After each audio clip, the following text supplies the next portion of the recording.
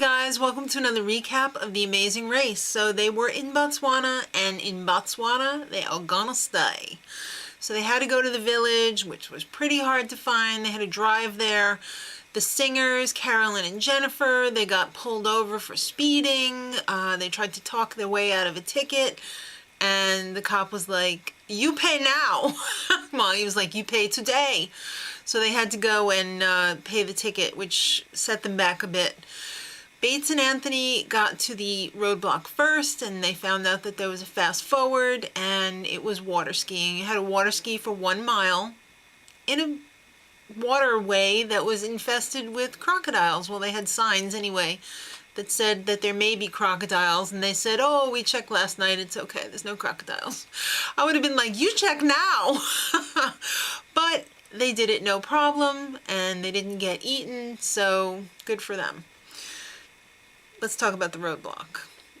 You had to go up the creek without a paddle, meaning you had to deliver 2 goats in a hollowed out tree canoe using a stick. It was really difficult for everybody, but everybody managed to do it, except for Bates and Anthony. They didn't have to do it. They went right to the pit stop. So the girls, Carolyn and Jennifer, when they went to go pay their ticket, they had to pay in local money. They couldn't take American money. So that was a bit of a problem because the cops weren't letting one of them leave the police station.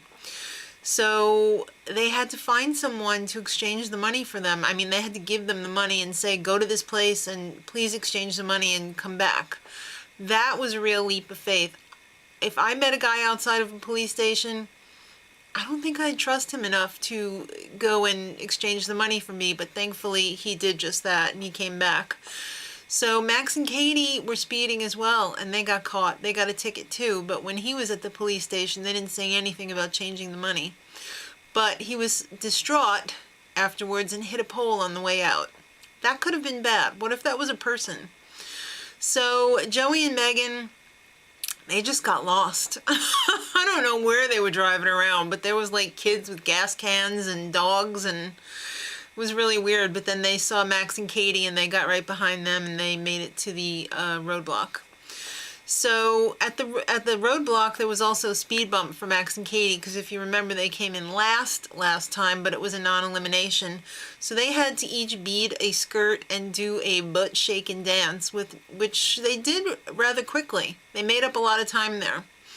So after the roadblock, they had to go to a water taxi, which took them to the Royal Tree Lodge Game Preserve, where there was a detour.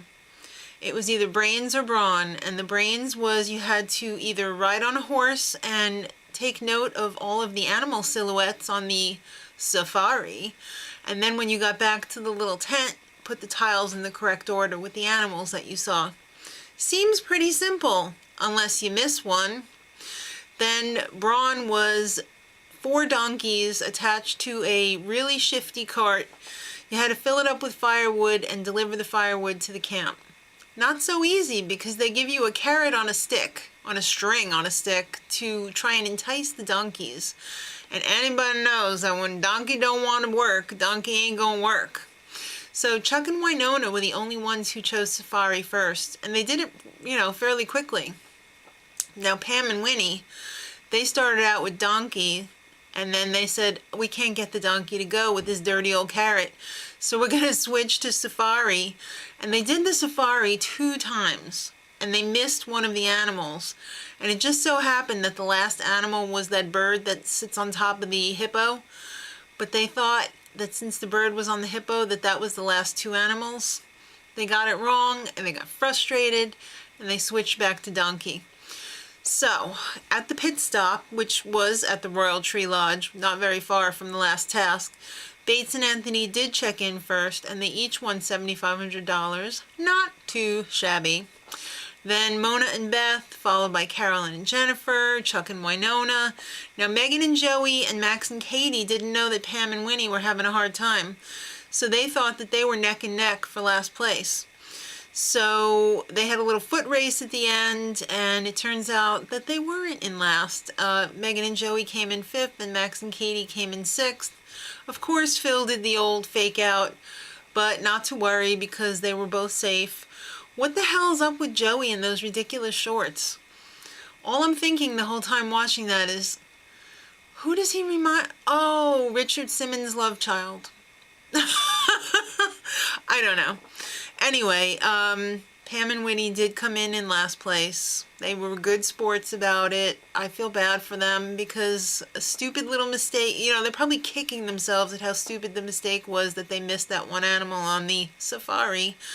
But what are you going to do? It only takes one stupid mistake to get knocked out of the race.